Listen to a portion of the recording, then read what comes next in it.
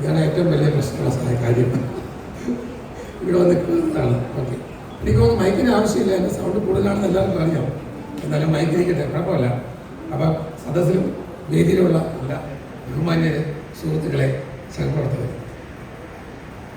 ഇന്ന് റിട്ടയർ ആവുകയാണ്. 25 വർഷം കഴിഞ്ഞാണ് ഈ നമ്മുടെ സർവീസിൽ നിന്ന് റിട്ടയർ ആവുന്നത്. 99 ഫെബ്രുവരി മാസം. എനിക്ക് തോന്നുന്നു ഈ മൈക്ക് വഴി കേൾക്കുമ്പോൾ എൻ്റെ സൗണ്ട് കറവറാസമുള്ള തോന്നുന്നു അല്ലേ? നേരത്തെ പറഞ്ഞാൽ മതി. ഓക്കെ, ഫെബ്രുവരി മാസം 4-ാം തീയതി 1999 ഞാൻ സർവീസ് ജോയിൻ ചെയ്തത്. തിരുവനന്തപുരം കളക്ടറേറ്റിലാണ് ജോയിൻ ചെയ്തത്. അതിന് മുന്നേ ഞാൻ ലോക്ടെക് സിസ്റ്റത്തിൽ വർക്ക് ചെയ്തായിരുന്നു. ഒരു കമ്പ്യൂട്ടർ സർവീസ് എഞ്ചിനീയറായിരുന്നു, കമ്പ്യൂട്ടർ ഫീൽഡായിരുന്നു. അതിന് തൊട്ട് മുന്നേ എൻ്റെ ശ്രീഹരി ട്രേഡേഴ്സ് എന്ന് പറയുന്ന ഒരു ഓട്ടോ ഇലക്ട്രിക്കൽ ഒരു സ്ഥാപനത്തിൽ റിവേഴ്സ് എഞ്ചിനീയറിംഗ് ചെയ്യുന്ന ഒരു റിവേഴ്സ് എഞ്ചിനീയർ പോസ്റ്റിലാണ് വർക്ക് ചെയ്യുന്നത്. എന്നിട്ട് കൺഫ്യൂഷൻ വരും. ആ ജോലി എന്ന് പറഞ്ഞാൽ അവർ ഓട്ടോ ഇലക്ട്രിക്കൽ പ്രോഡക്ട്സ് എന്ന് പറഞ്ഞാൽ വണ്ടികളുടെ വയറിംഗ് കിറ്റ്, CD യൂണിറ്റ്, അങ്ങനെയുള്ള ഇലക്ട്രോണിക് സാധനം കൊണ്ടുവരും. അത് പൊളിച്ച് അത് സർക്യൂട്ട് വെച്ച് കൊടുക്കണം. അവർ വേറെ ഡ്യൂപ്ലിക്കേറ്റ് ഉണ്ടാവും. അങ്ങനെ ഒരു ജോലിയായിരുന്നു. അതിന് തൊട്ട് മുന്നേ ഞാൻ ഹോൺബിൽ ലെൻഡിങ് ലൈബ്രറിയിൽ വർക്ക് ചെയ്യായിരുന്നു, വഴുതക്കാട്. അപ്പോൾ അവിടെ നിന്നാണ് റേഡിയോ ഹാബിറ്റൊക്കെ ഉണ്ടായത്. ഇപ്പോൾ പക്ഷേ റേഡിയോ ഹാബിറ്റൊന്നുമില്ല. ഈ ബുക്കെല്ലാം എന്നെ കൊണ്ട് വായിക്കാൻ പറ്റുമെന്ന് എനിക്ക് അറിയില്ല. എൻ്റെ പെട്ടെന്നിരിപ്പുണ്ട്. ഇതിൻ്റെ കാര്യം പറഞ്ഞ വഴിക്ക് ഞാൻ പറയാം. ഓക്കെ, അങ്ങനെ സർവീസിൽ കയറുന്ന മുമ്പേ കുറേ ജോലിയിൽ ഞാൻ ഏർപ്പെട്ടു. 10 വർഷം മുന്നേ 25 വർഷം ഗവൺമെൻറ് സർവീസിൽ. മൊത്തത്തിൽ എനിക്ക് 35 വർഷം എൻ്റെ ഒരു സർവീസ്, എൻ്റെ കരിയർ എന്ന് പറയാം, നടന്നുപോയി. അപ്പോൾ ഞാനിപ്പോൾ ഇന്ന് പെൻഷനാവുകയാണ്. അപ്പോൾ പലരും ചോദിക്കുന്നത് നാളെ എന്താണ്, നാളെ തൊട്ട് എന്ത് ചെയ്യും? ഈ ഒരു ഡൈനാമിക് ആയിട്ടുള്ള ഒരു ക്യാരക്ടറല്ലേ, ഇന്നേ നാളെ എന്തെങ്കിലും ചെയ്യണ്ടേ? പെൻഷനാവാൻ പോകുന്നു എന്ന് കണ്ടാൽ പറയില്ല. സത്യം പറഞ്ഞാൽ പെൻഷനാവാൻ പോകുന്നു, പെൻഷനായി എന്ന് കണ്ടാൽ പറയുന്ന എനിക്ക് തന്നെ മനസ്സിലായി. ഈ ബാങ്ക് കാര്യം അപ്പുറത്തിരിക്കുന്നതിൻ്റെ വലിയ ചിലവ്, ഇപ്പുറത്തിരിക്കുന്നതിൻ്റെ ബജറ്റിനാണ്. ഞാൻ ഞെട്ടി അത് കണ്ടപ്പോഴും. അപ്പോൾ ഈ സംശയം എനിക്ക് ഇനി എൻ്റെ ഡേറ്റ് ഓഫ് ബർത്ത് വല്ല മാറ്റി എന്നെ ചേർത്താണോ? അല്ല സുഹൃത്തുക്കളെ, ഏപ്രിൽ 10 ഞാൻ ജനിച്ചതാണ്.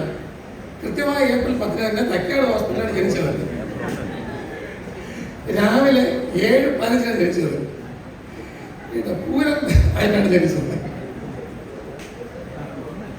ഓക്കെ, അങ്ങനെ ഈ സർവീസിൻ്റെ പ്രശ്നമാകുന്നു. നാളെ തൊട്ട് എന്താ എന്നതാണ് എല്ലാവരുടെയും സംശയം. എന്ത് ചെയ്യാൻ പറ്റും?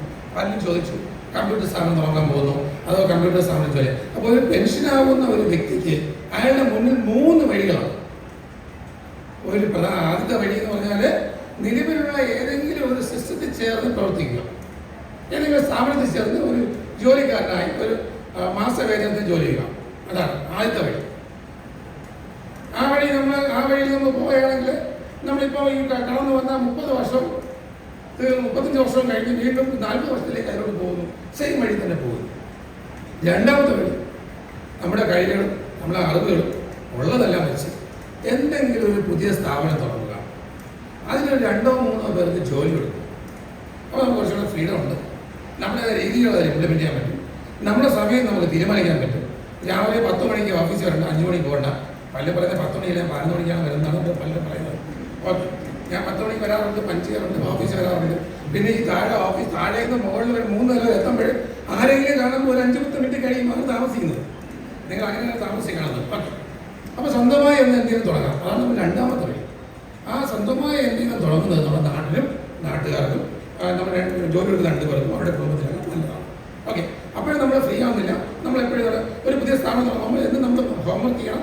നമ്മൾ നല്ല കുറച്ചും കൂടെ ആക്റ്റീവായിരിക്കും. അല്ലെങ്കിൽ അത് കുറഞ്ഞു പോകും, പൈസ എല്ലാം പോകും, നമ്മൾ വീണ്ടും പല സങ്കടത്തിലാവും. 3ാമത്തെ വഴിയാണ് സുഖം. ഒരു 35 വർഷം കരിയർ ഓടിച്ചു വന്ന എന്നെ സംബന്ധിച്ച് 3ാമത്തെ വഴിയാണ് സുഖം. ഒരു ജോലി ചെയ്യേണ്ട റിട്ടയർമെൻറ്റ് ലൈഫ്, കിട്ടുന്ന പൈസ സുഖമായി നമ്മൾ എഴുതി തറക്കി. ഇതുപോലെ ചിലവൊന്നും എഴുതിയിട്ടില്ല, ഇനി എഴുതാൻ കാര്യം പെൻഷൻ കുറച്ചേ ഉള്ളൂ. ആ പൈസ വെച്ച് എഴുതി തറക്കി ഓരോ നോക്കി ജീവിക്കും. അതാണ് റിട്ടയർമെൻറ്റ് ലൈഫ്. സന്തോഷം, ഒന്നും ചെയ്യണ്ട. എനിക്ക് ഇഷ്ടപ്പെട്ട ഇലക്ട്രോണിക്സ് ചെയ്യാം, നേരത്തെ പറഞ്ഞ പോലെ കമ്പ്യൂട്ടർ ചെയ്യാം, പ്രോഗ്രാമിംഗ് ചെയ്യാം, വായി നോക്കാം, ലൈബ്രറിയിൽ പോയിരിക്കാം, നിങ്ങളെയൊക്കെ കാണാം, എന്തുകൊണ്ട് ചെയ്യാം. ഏതെങ്കിലും ബസ്സിൽ കയറി എവിടെയെങ്കിലും തുടങ്ങി അവിടെ നിന്ന് കഴിച്ച് വീണ്ടും തിരിച്ചു വരാം. Full freedom. അതാണ് ഞാൻ ഉദ്ദേശിക്കുന്നത്, അതാണ് ഞാൻ ചെയ്യാൻ ഉദ്ദേശിക്കുന്നത്. ഇത് നേരത്തെ പറയുന്നത് പോലെ ഈ എഴുതി ചെലവാക്കേണ്ട കാര്യം എനിക്കില്ല. കാര്യം എൻ്റെ ഭാര്യയിലുള്ളൂ. നമ്മൾ ഭാര്യയുടെ ചെലവിൽ ജീവിക്കുന്നതിന് വലിയ കാര്യമാണ്. അതൊരു മോശമായ കാര്യമല്ല.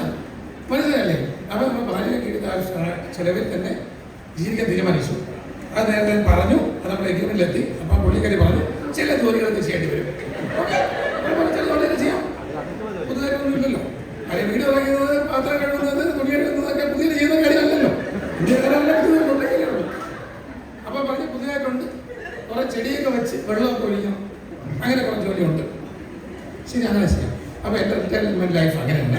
അപ്പോൾ പൂർണ്ണമായി എൻ്റെ ഭാര്യയുടെ കൂടെ തന്നെ ചേർന്ന് അദ്ദേഹത്തിൻ്റെ ചിലവിൽ ജീവിക്കാൻ തീരുമാനിച്ചു.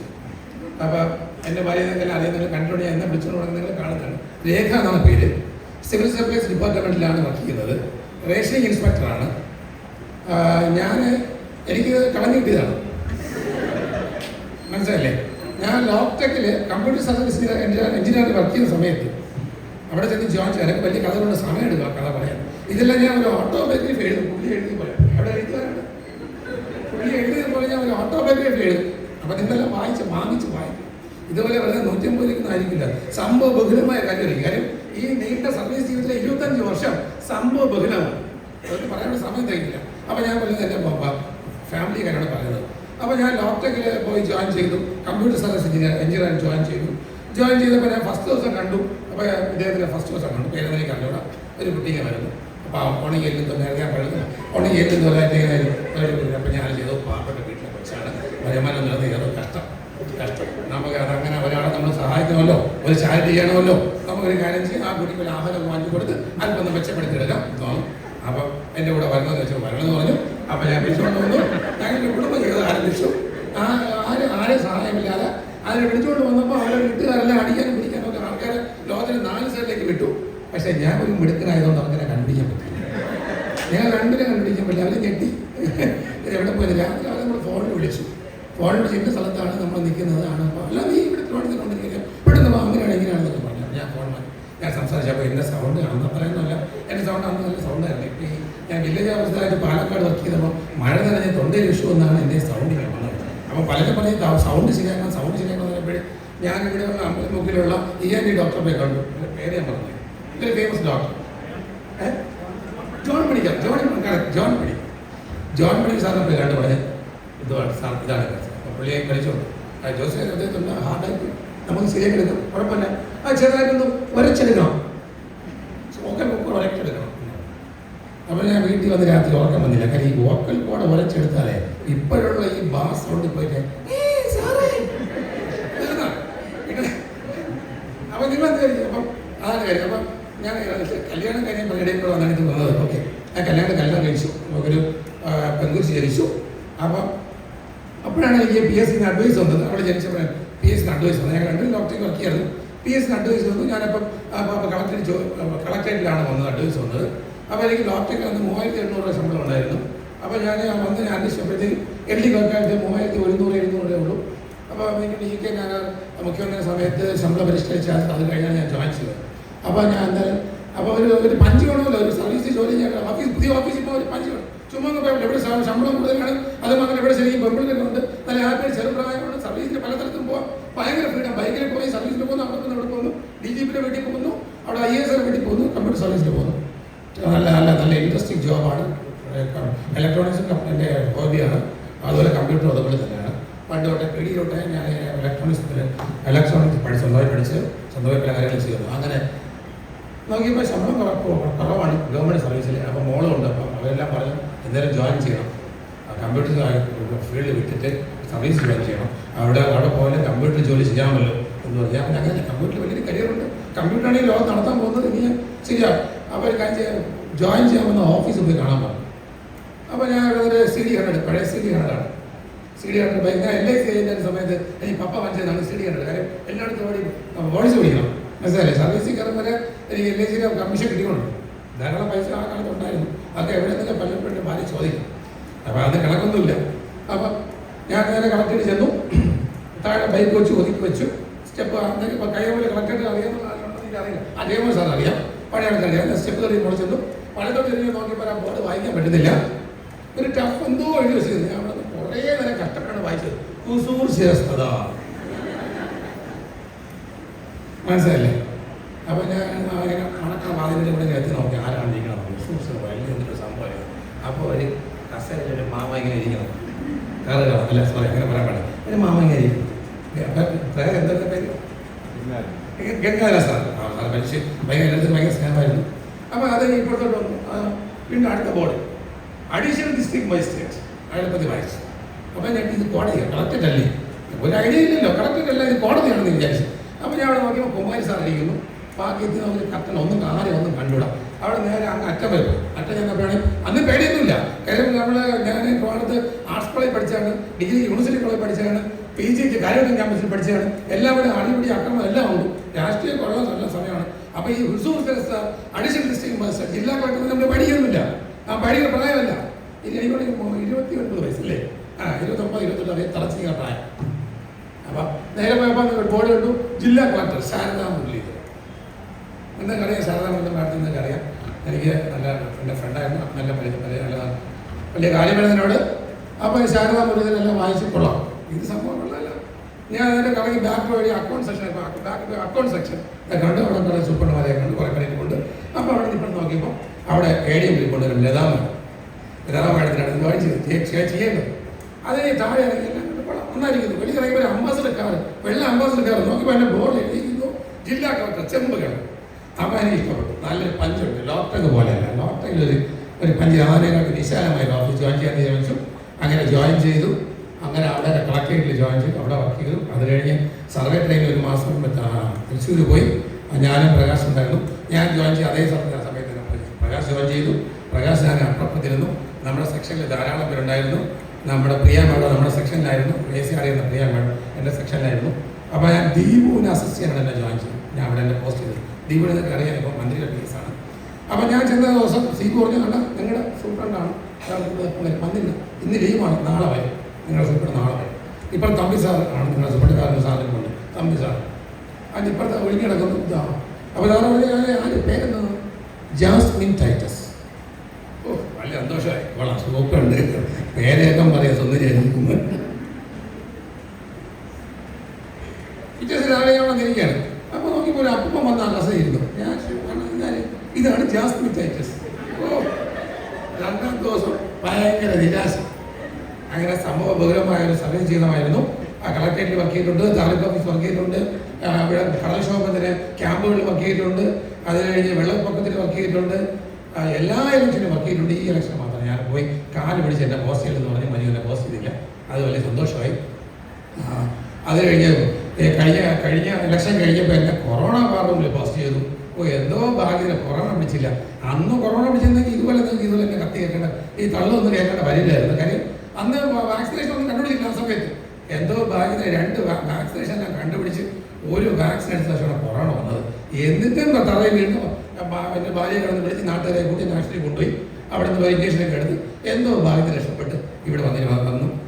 അത് കഴിഞ്ഞ് ലാൻഡ് ബാങ്കിൽ വർക്ക് ചെയ്തു, സീറോ അനാലിസിസ് വർക്ക് ചെയ്തു, കമ്മീഷേറ്റിൽ ലാസ്റ്റ് വന്ന് IT സെല്ലിൽ വർക്ക് ചെയ്തു. ഞാൻ തയ്യാറാക്കിയ ലാൻഡ് ബാങ്കിൻ്റെ വെബ്സൈറ്റ് ഇപ്പോഴും ഉണ്ട്, landbank.kerala.gov.in ആണെന്ന് തോന്നുന്നു അതിന് സൈറ്റ്. പിന്നെ സീറോ അനാലിസിസ് സൈറ്റ് ഇപ്പോഴും ഉണ്ട്. അത് കഴിഞ്ഞ് സെക്രട്ടേറിയറ്റിലെ മുഖ്യമന്ത്രിയുടെ വകുപ്പായ മലയാള ഡിപ്പാർട്ട്മെൻറ്റിൽ അവർക്ക് ചെയ്തു കൊടുത്ത ഒരു glossary.kerala.gov.in എന്ന സൈറ്റ് ഇപ്പോഴും ഉണ്ട്. അവർക്ക് ചെയ്തു കൊടുത്തൊരു mobile application, Android mobile application ഇപ്പോഴും ഉണ്ട്. ഗ്ലോസറി നിങ്ങൾ സെർച്ച് ചെയ്താൽ കിട്ടും. അതിൻ്റെ പുതിയ അപ്ഡേറ്റഡ് വേർഷൻ ചെയ്യണമെന്ന് പറഞ്ഞ് പെൻഷനായി ചെയ്തു കൊടുക്കുന്നത്. അങ്ങനെ IT ഫീൽഡിൽ പ്രോഗ്രാം ഇവിടെ LD ക്ലർക്കായി, UD ക്ലർക്കായി, RI ആയി, സൂപ്രണ്ടായി. സൂപ്രണ്ട് പറയാൻ പഞ്ചില്ല, സൂപ്രണ്ടിന് സീനിയർ സൂപ്രണ്ട് പഞ്ചില്ല. കാരണം നടുക്ക് ഡെപ്യൂട്ടി തഹസിൽദാർക്കാണ് ഒരു പഞ്ച്, അല്ല നിങ്ങൾ വായിച്ചില്ല, ആ ഡെപ്യൂട്ടി തഹസിൽദാരായി.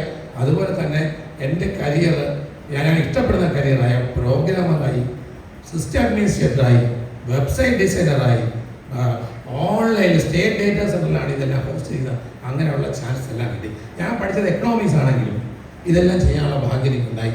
എന്തിനു വേണ്ട ILDM പഠിപ്പിച്ചു 2 വർഷം.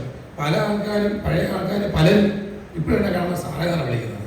പിന്നെ പാലക്കാട് പട്ടിശ്ശേരി വില്ലേജ് ഓഫീസറായി. അങ്ങനെ സംഭവ ബഹുലമായ 25 വർഷം അവിടെ കഴിഞ്ഞത് എൻ്റെ കരിയറിൽ പ്രധാനപ്പെട്ട വർഷമാണ് കഴിഞ്ഞത്. ഇനി നിങ്ങൾ തന്നെ പറയാം, ഞാൻ വീട്ടിൽ കിടന്ന് ചുമ്മാ ഉറങ്ങണോ, ഇനിയും ജോലിക്ക് പോകണം, ഇനി ജോലിക്ക് കൊണ്ട് പറയാൻ നിർത്തി. ഉറക്കം ഭാര്യയുടെ ചെലവിൽ ജീവിച്ചുകൊണ്ട് ഉറക്കം. അതാണ് ഉദ്ദേശിച്ചത്. ഇനി ഇപ്പം എനിക്കൊന്ന് ഈ മഴ ഒക്കെ വന്നാലേ അടുത്ത മാസം 15-ാം തീയതി കഴിഞ്ഞ് ഉറങ്ങാൻ പറ്റും. ഈ ചൂടത്തെ വീട്ടിൽ എന്തായാലും വേർത്തിടന്ന് ഉറങ്ങാൻ പറ്റില്ല. മഴയൊക്കെ വരുമ്പോൾ കിടന്ന് ഉറങ്ങാം. അങ്ങനെ എൻ്റെ ഈ ഒരു പ്രസംഗം കേട്ടതൊക്കെല്ലാം നന്ദി. പിന്നെ ഒരു കാര്യം പറഞ്ഞില്ല, എൻ്റെ മകനുണ്ട്. മകനെ മഞ്ചേരി മെഡിക്കൽ കോളേജിൽ ഗവൺമെൻറ് മെഡിക്കൽ കോളേജിൽ MBBS ഫൈനൽ ഇയർ പഠിക്കുകയാണ്. അപ്പോൾ ഒരു കാര്യം കൂടെ നിങ്ങൾക്ക് മനസ്സിലായി, ഇനി കുറച്ച് ദിവസം കഴിയുമ്പോൾ ചികിത്സിക്കാനൊന്നും എനിക്ക് പൈസ വേണ്ട, അവൻ തന്നെ ഗുളിയൊക്കെ തന്നെ രക്ഷപ്പെടുത്തിക്കോളും, കുഴപ്പമില്ല. അപ്പോൾ എല്ലാവർക്കും നന്ദി. ഈ ഒരു സെൻറ്റർ ഓഫ് അട്രാക്ഷനായി ഞാൻ എൻ്റെ ഒരു ഫംഗ്ഷന് വേണ്ടിയിട്ടോ വന്നത്. എൻ്റെ ഫംഗ്ഷന് വേണ്ടി നിങ്ങളെല്ലാവരും വന്നു. അപ്പോഴാണ് ഇത് ഒരു ബുക്ക് കൊണ്ടുപോയി വന്നിട്ടുള്ളത്, ബുക്ക് പ്രകാശനം വന്നത്. ഈ കഴിഞ്ഞ ക്രിസ്മസിന് നിങ്ങൾക്കറിയാമല്ലോ, കഴിഞ്ഞ ക്രിസ്മസിന് ഇവിടെ ഒരു ഗിഫ്റ്റ് എക്സ്ചേഞ്ച് ഉണ്ടായിരുന്നു. എല്ലാവർക്കും അങ്ങോട്ടും ഗിഫ്റ്റ്. എനിക്ക് ഗിഫ്റ്റ് എക്സ്ചേഞ്ച് കിട്ടിയത് ജയപ്രസാദ് അറിയാമല്ലോ. അതൊരു ലൈറ്റ് കാണാം, ഇതായിരിക്കും ഒരു ബുക്ക്. ഞാൻ അപ്പോൾ പുള്ളി എനിക്കൊരു ഗിഫ്റ്റ് വന്നു. ഞാനൊരു ഗിഫ്റ്റ് കൊടുത്തു, ആൾക്ക് കൊടുത്ത് ഗിഫ്റ്റെല്ലാം വാങ്ങിച്ചു. ഞാൻ അവിടെ എൻ്റെ അവിടെ സെക്ഷനിൽ കൊണ്ടുപോയി ഇത് തുറന്ന് നോക്കിയപ്പോൾ പടം ആന ഡോക്ടർ. ബുക്കിൻ്റെ പേര് ആന. എനിക്ക് ഇഷ്ടപ്പെട്ടു. എൻ്റെ ഭാര്യ ഭയങ്കര റീഡിങ് ഹാബിറ്റാണ്. റീഡിങ് ഹാബിറ്റ് മാത്രമല്ല, പണ്ട് വായിച്ച കാര്യങ്ങൾ ഇപ്പോഴും അറിയാം. പുരാണങ്ങളും ഇതിഹാസങ്ങളും തൊട്ട് അല്ലാതെ സംസ്കൃതം വരാതെ മനസ്സിലായി. അപ്പം ഞാൻ വീട്ടിൽ കൊണ്ട് കൊടുത്തതാ. അതിനെ കൂടെ വേറെ തന്നെ യോഷം അല്ലല്ലോ, വേറെ ഒന്നും ബുക്കും ഉണ്ടായിരുന്നു. ഒരു ബുക്ക് എന്തായിരുന്നത്? അത് തന്നെ. അത് വായിച്ച് നമ്മൾ വഴിയെത്തി അവിടെ ഞാൻ വായിച്ചത്. ഈ ആന ഡോക്ടർ അത് വീട്ടിൽ കൊണ്ടുപോയില്ല, അത് അവിടെ കിടന്നു സെക്ഷനിൽ സീറ്റ് ഇരിക്കണം. ഇനി പറഞ്ഞ സൂപ്പുണ്ട് വായിച്ച് എന്നാണ് ഞാൻ ആന ഡോക്ടറോട് ഭാര്യയില്ല. ഇതുപോലെയാണ് എനിക്ക് ഗിഫ്റ്റ് തരണം നോക്ക്. അപ്പം വായിച്ചു. ആന ഡോക്ടർ എഴുതിയത് ജയപ്രകാശ് എഴുതിയാണ് ആന ഡോക്ടർ. കൊണ്ടുകൊടുത്തു, വായിച്ചു. ഇതൊന്നും വായിക്കാതെ തന്നെ ഞാൻ സമയത്തിന് ഫുഡെല്ലാം ഉണ്ടായിട്ട് അറിയില്ലേ, പിന്നെ ഇതിനത് ആന ഡോക്ടർ മനസ്സിലായി. എന്നാണല്ലോ ഭാര്യ പറഞ്ഞത്. അപ്പം അങ്ങനെ ഒരു ക്രിസ്മസ് ഗിഫ്റ്റ് താങ്ക് യു കേട്ടോ. ലേഡി ഹാബിറ്റ് എനിക്ക് കൊണ്ട് ഞാൻ വായിച്ചു. ജയപ്രസാദ് ഇരിക്കുകയാണ്. അങ്ങനെ എല്ലാവർക്കും നന്ദി, നമസ്കാരം, സന്തോഷം.